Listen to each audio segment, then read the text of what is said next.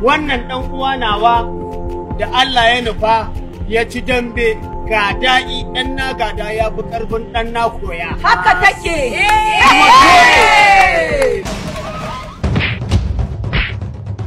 Babiyar ce za a yi wannan kazar tana a burki na ka gani rana tsaka ta ce za ta guje ni. Babu wanda ya isa min kutse dole a bani na in rayuwa ta yace nake so. You are very stupid. Ai faduwar gaba asaran namiji wallahi. Me aka yi da maza? Kowa ya ci tuwo da mu miya ya sha wallahi. Wallahi da kin kuskura samu na. Da sai kin suka kina da dama. Wallahi ba wacce za ta fita a ba tare da jini a cikin jiki. Banza ce ke ballagaza sakarya kazama mara daraja. Wace ce ke bayan haka? Hankali gaban ki yarinya kin ji ko? Ke dan kika kuma ce min yarinya. Wallahi sai na fasa miki bai.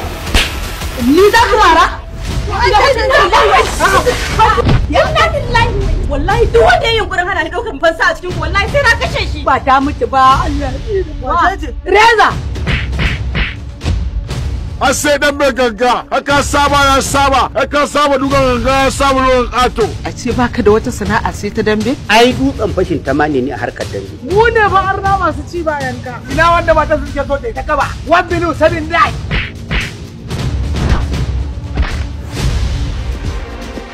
Baby! Ya haka ne? Me ya faru kuma?